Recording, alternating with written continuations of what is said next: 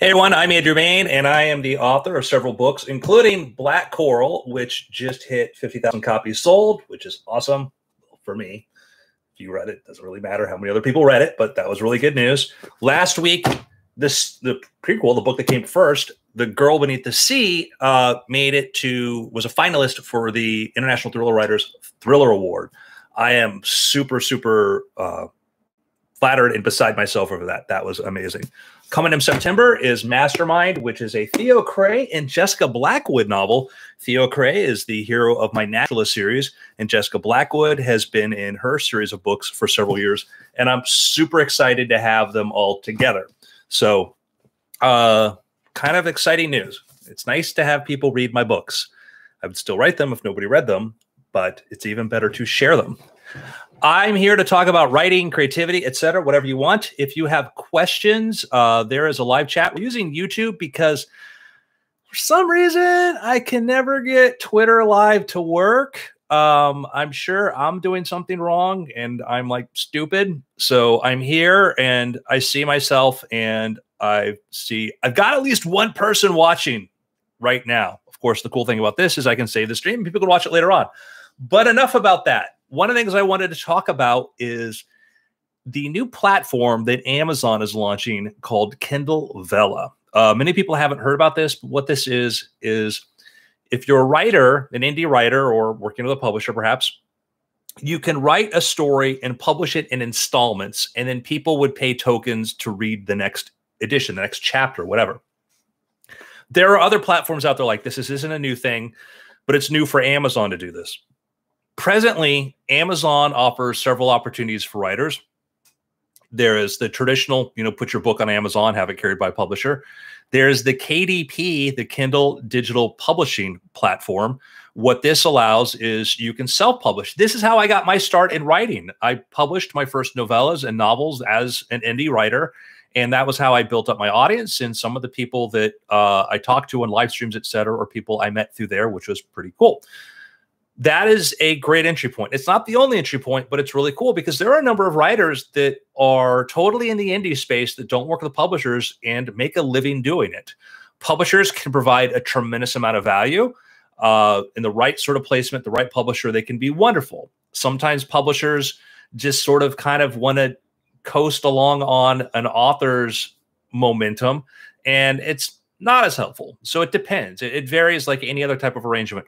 I've been very fortunate, for every publisher I've ever worked with, I've gotten something of value out of it. Maybe I didn't get book sales, but maybe I learned a lot about the industry. Currently, my relationship with my publishers is fantastic. I have I think works out really well. I'm with Thomas and Mercer, which is part of Amazon Publishing, and they kind of think about the publishing world sort of the same way I do. And that was helpful because I got my start less than 10 years ago. And when publishing was going through a big upheaval, and it continues to go through these upheavals.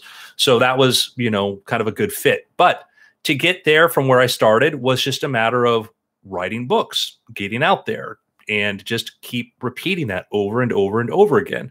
And that's one of the things that I would advise anybody out there who wants to get into publishing.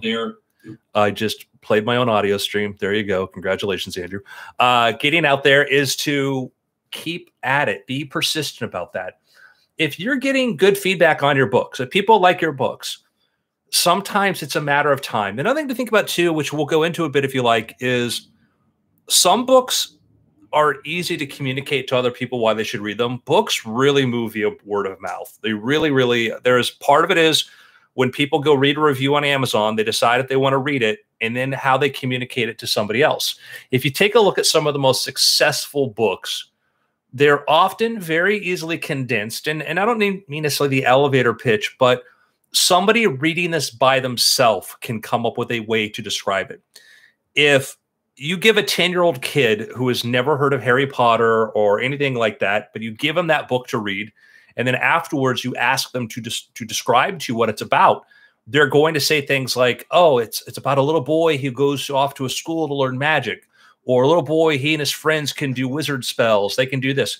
They're going to have some very excitable ways to describe a book. And the same applies to grown-up books. A monster hit. the Da Vinci Code. Okay, Dan Brown's Da Vinci Code, that book sold like crazy. And the way that, and that book outsold, there was a book that came before it, was Angels and Demons, was a predecessor to that, but Da Vinci Code just way outsold that. And the reason is, I think in part because it was very easy to communicate to somebody what it was. It's this thriller involving this historical mystery, and it touched upon religion, it touched upon aspects of history, etc. And so people could be excited about it and talk to people because it got to reveal all these sorts of things. I remember people who never read books who read that book and were very excited and how they described it to me. So that's one of the things to think about when you write and you want to get people to promote, communicate, talk about what you've done. How easily can they describe it to a friend? This is a question I pose to friends who are writing books. I spoke to a friend a while ago who was writing a nonfiction book. And my question was, I asked him to give me a description of it. And he gave me kind of a longish description. And I said, what's the other description? He gave me kind of the elevator pitch, but made it sound like 1,000 other books in that category.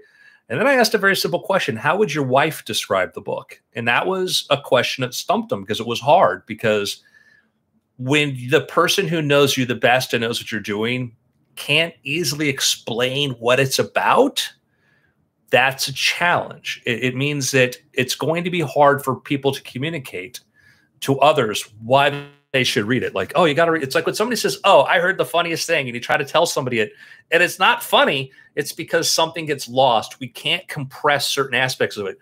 Really great stories with really great characters can be compressed enough that you can communicate to somebody that there's compressed enough that you see the value in it. You understand, oh, just thinking about that makes me excited to read this. So that doesn't mean that all great books have to be compressible or are compressible. Sometimes things take time. It's just, it will be communicated faster the more readily somebody's able to look at this and go, oh, that sounds really interesting. Ways to make sure that's the case is you might have something that sounds, oh, that sounds cool, but it's really too generic. Like, oh, it's an everyman against the world. Congratulations. That's like every book.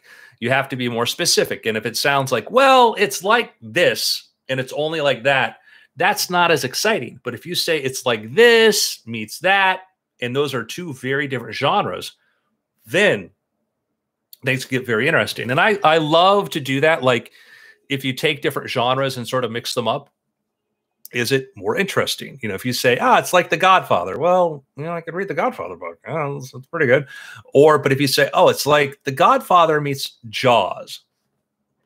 What does that even mean? I don't know. But now I'm like, go on, explain to me what The Godfather meets Jaws is like. And then if you're like, you know, I don't even know the pitch, we can make up a pitch on that, but that just all of a sudden takes it into a different direction and it becomes, I think, more interesting. So that's things to think about, is the transmissibility of your book. How can you help people understand what it's about?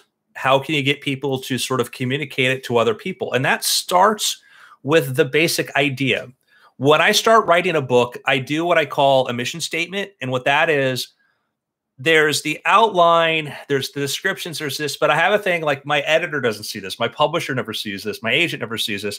And that is what I say, what am I trying to accomplish in this book, which is where I want to start, where I want to end, and what I want to have happen throughout. And there might be things like, I want to have a lot of thrilling moments, like a lot of, you know, exciting things that happen in close calls. Or I might have, in the case of my most recent book, Black Coral, I knew that I wanted this to be, it's my character Sloan on the hunt for a serial killer. And I knew in serial killer stories, you kind of want to have these sort of dark, suspenseful moments. And I wanted to have several of those. And sometimes it's not necessarily the character having to be in peril, but being in a scene or a situation where they see the aftermath of something. And this is something I do a lot in The Naturalist. For the new book that's coming out with Sloan called Sea Storm, I'm like, I want to go a little bit more sea, a little more ocean stuff, some more ocean adventures. And then I want to make it kind of more, a little bit globetrotting for my character. And I like to just sort of take it in different places. So that's what I do in my mission statement. If, you know, somebody describes, you know, Black Coral, the thing that I have working for me is my series is easy to describe Sloan. Each book might be harder, but Sloan, she's a police officer and a scuba diver. So you go, oh, cool. Water's probably going to come up a lot. for real. Theo Cray he's a scientist and he hunts serial killers. And so that series, I think part of the success of that is that it's easy to sort of compress down what is the kind of gestalt of it all. And that is that I have a character that knows a lot about science. And the same with my Jessica Blackwood. It doesn't mean you have to do these things. And these aren't like rules that you are forced to follow. But I found that it makes it a lot easier when I'm trying to, one, promote a book or get it out there. If the overall concept, and it doesn't mean there's only one way to condense it down. Harry Potter's about a lot of things, about, a chosen one against evil, about a society of secret magicians, all these other angles. And so really good stories have a lot of entry points at which you can describe it. People go, oh, cool. It doesn't describe the totality of it, but enough for somebody to be fascinated by it. So there you go. We'll go back to talk a bit about the Kindle Vella, which Kindle Vella is interesting. You have many different ways as writers that you can kind of put your books out there besides just books. You could write a book, sell it as a print book. You could sell it as an ebook. You could use a platform like Kindle Digital Publishing or Kindle Unlimited, where basically people can read as many books as they want, and you get paid a per page fee by Amazon. There's audiobooks. You can use a platform like Audible and release your book there. And that's one of the things you have to think about when you create content, is all the different platforms that it's going to go live on. Vella is a new platform that Amazon is launching, where you write a story and people read it chapter by chapter by chapter. And so as they get to the end of a chapter or a section, they then pay tokens to keep going forth. We could debate whether or not that's really the most efficient way to do storytelling. And is that any better than, Kindle Unlimited, where if you just read a few pages in, decide to move on, you can move on. I think that it's designed, for Amazon and writers as sort of another way to make money, because maybe it gives you the option of a writer. You can put your stuff out there on a platform where a reader can read a certain amount of it and then decide they want to continue or not. And you still know fixed price how much you make per reader, versus the Kindle Unlimited. It's a variable sort of thing, and it's going to probably be less, but it's just another way to consume stuff. So the advantage to a reader is that there might be content on there that won't be available elsewhere. And I think it really lends itself to writing in genres where people are characters or stories just keep you kind of on the edge of your seat, where you got to see what happens next. And it also is the possibility that you could write a never-ending book. If you have interesting characters, you could just keep the story going and going and going and going, which would be interesting. And it could be different kinds of formats. It could be, you could create a character and a storyline and or do an anthology. You could just do stories set in a certain kind of setting or place and kind of keep going as far as you want. At some point, maybe you want to end it. If you end it, then you hope people come back to read the other one. But creating a new one creates a new entry point. One of the reasons I write multiple series is because I have lots of ideas for stories, but I know that if I wrote Jessica Blackwood, started that several years ago, and then I said, okay, I want to write a different character because I want to tell a different kind of story. But I also know that if people read, let's say, Theo Cray, then they might go discover Jessica. With Sloane McPherson, I knew, well, I'm going to get a certain kind of audience. And I think if they like Sloane, they're probably going to like Theo, and they're probably going to like Jessica. And so there's different sort of entry points which are in there. The advantage of doing a series over time is you build up your audience, you bring it from book to book. The disadvantage of a series is that, in theory, you can write your books in a way that there are multiple entry points. I try to do that. Like, I've had a number of people pick up Black Coral, and that's the first book they've read in it, and they go back and they enjoy Girl Beneath the Sea. And I try to write that way, but it still can be intimidating to people to try to figure out, where do I jump in? At what point do I come into this? But there are pros and cons. Stephen King rarely does series. He does have, series like Dark Tower, and there's a mythology, and he's done follow-ups like Dr. Sleep, etc. But he tends to sort of write one-offs. And the advantage of that is you get to start over fresh each time. You get to start clean and have a new story. But I would say even a case like Stephen King is that there are genres that he does. There are kinds of Stephen King stories. If you read The Stand and then you see, The Dome, or you read like mist, you realize like, oh, like there is big, huge disaster, group of people together trying to unite themselves and fight against this thing, but being divided. This is a common theme in those things.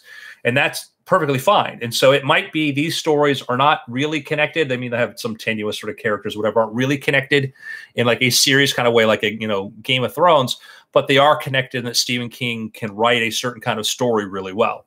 So, and that's really the value of his brand. Like Stephen King has such a powerful brand name that all you kind of care about is, well, it's Stephen King. Well, I guess that sounds good to me. Versus other authors like Ian Fleming, you know, he's primarily known for James Bond. But what a thing to be known for. You know, this guy wrote a ton of James Bond novels. That's a character that endures to this day. You've had comic book writers. Bob Kane, also with like Bill Finger, you know, was creator, you know, unofficially, but really Finger was, you know, co-creator of Batman. And Batman is, gosh, like Batman is approaching, you know, when did the first Batman comic come out?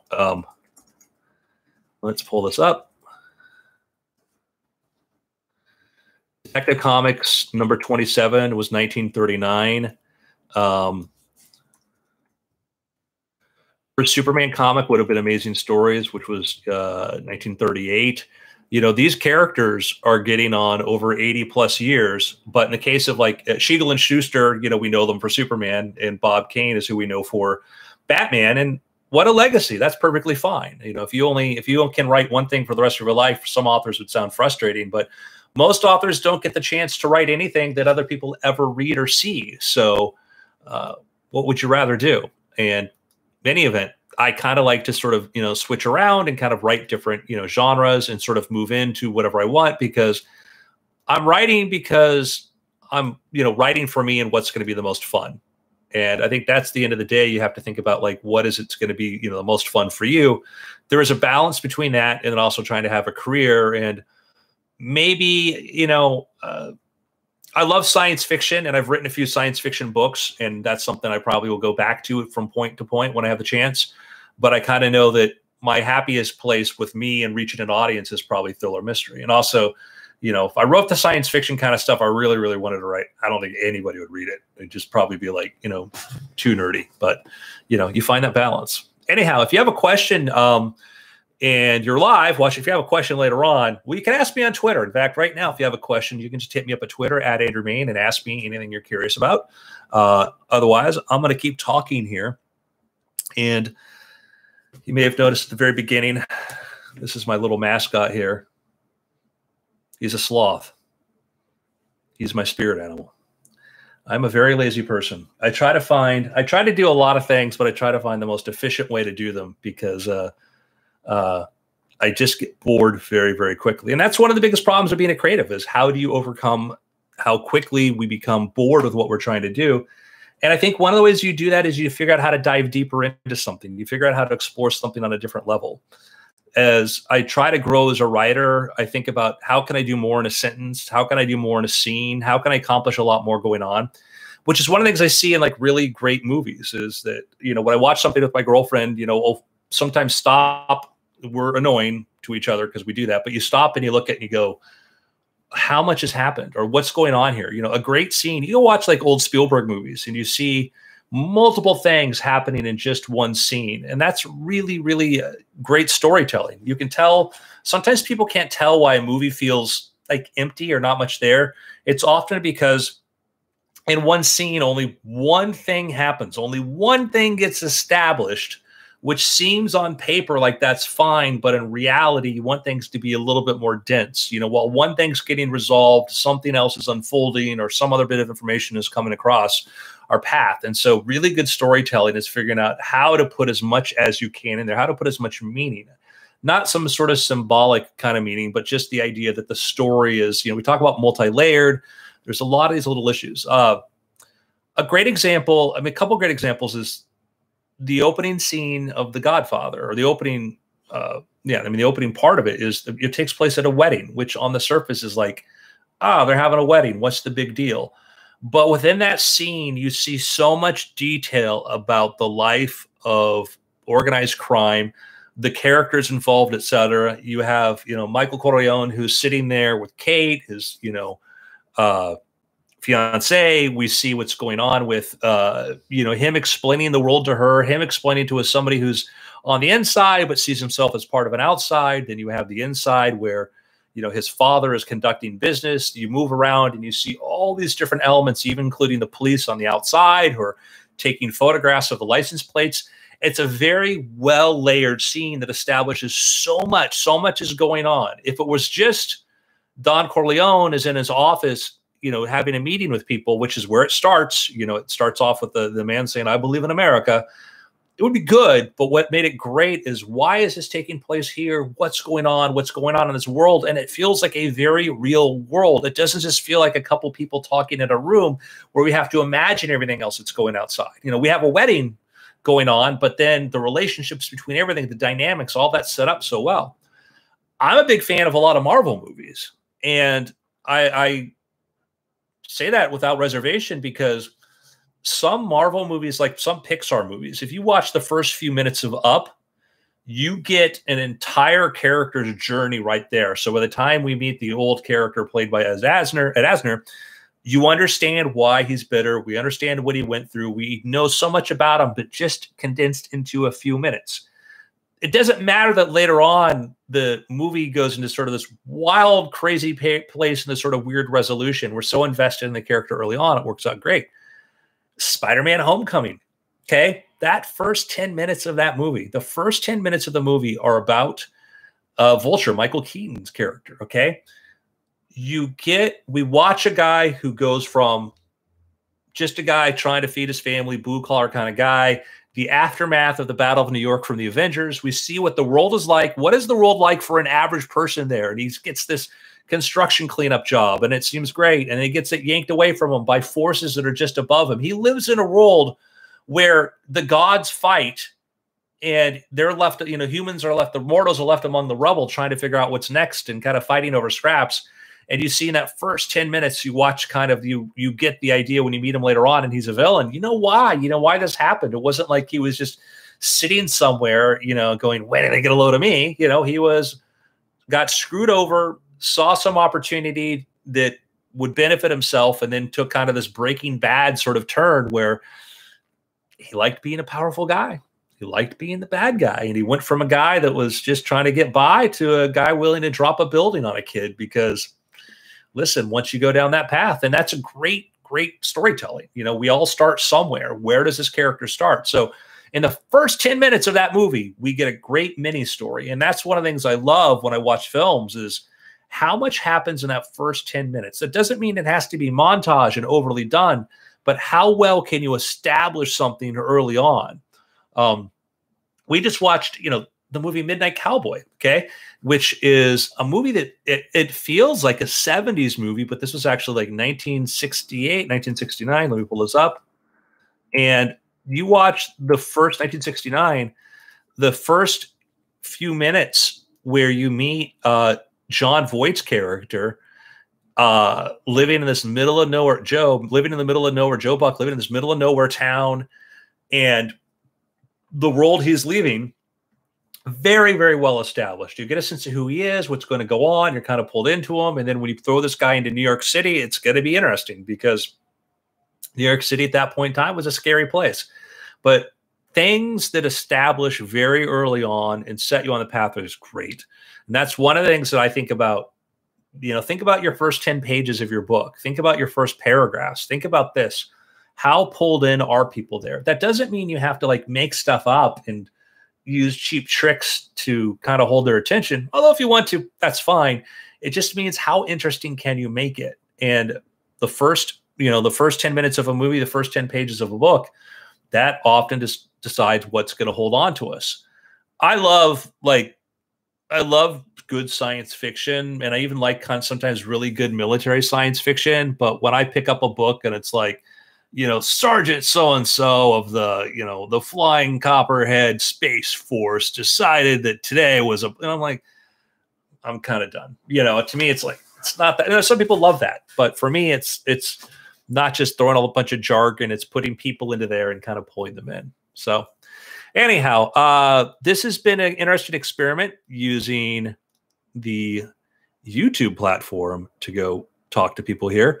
I'm going to stick around here for a few more minutes, and then I'm going to leave this up so it will be there in perpetuity, be live forever and ever, or until I delete it. And we can do this again. I'll give some announcement to people in advance, so if people want to bring in questions, etc. Happy to talk about that.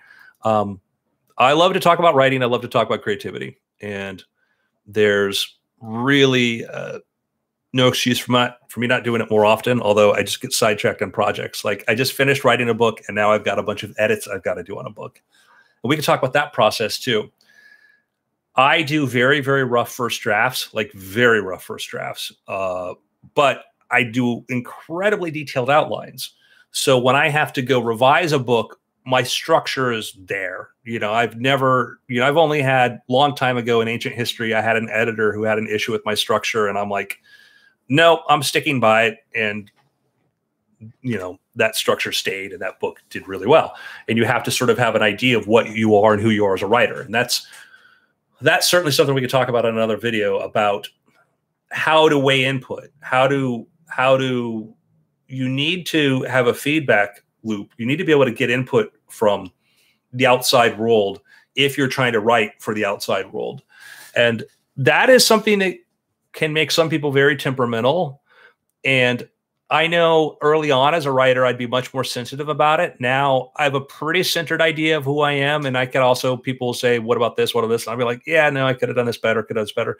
But it doesn't really faze me. I saw a tweet by a filmmaker who I really respected, who was kind of critical about the fact that a friend of his who used to be pretty successful was critiquing some of his movies. And this person was sort of frustrated. There's like, I've already made them. There's nothing I can do about them. I get that. I really get that. Because sometimes like you get criticism like, well, why did you do this? What is? And if there's surface things you can't fix, it's fine. But sometimes there are structural things. Like, sometimes people like, I noticed in this movie you did this. And that might be kind of like, a pattern to say, hey, why do you keep doing this? And so, but it was interesting to see this filmmaker was very sensitive about it. Like on Twitter, like, oh, I don't talk to this person anymore. I'm like, if they were your friend, like, I mean, if my friends couldn't criticize me, why be my friend? Not to say that I'm the easiest person to, take criticism, like probably not. But point is, you want to be in a position where you're able to sort of accept that and balance it. It doesn't mean you have to accept every single thing, but you don't want to be in a place where you say, nope, go into my bubble, nothing makes its way through, which isn't healthy, nor do you need to obsess over every note. But again, it's a matter of balance, things to talk about. And as you get more experienced, ideally, you know what your flaws are before other people point them out. Early on, maybe not so much because you haven't established a pattern, but later on your pattern can kind of emerge. And I know, I mean, I have my little secret list of like flaws that I know that, keep cropping up that I'm like, well, I'll try to address this, whatever. I'm like, I'm too lazy to fix that. Not to say that I'm aware of everything. God knows, you have no idea what other people pay attention to. Anyhow, this has been really fun. I will be talking to you all soon. If you get a chance, check out my books, Girl Beneath the Sea, Black Coral, and coming soon, Mastermind. I'm Ed Main. Have a great day.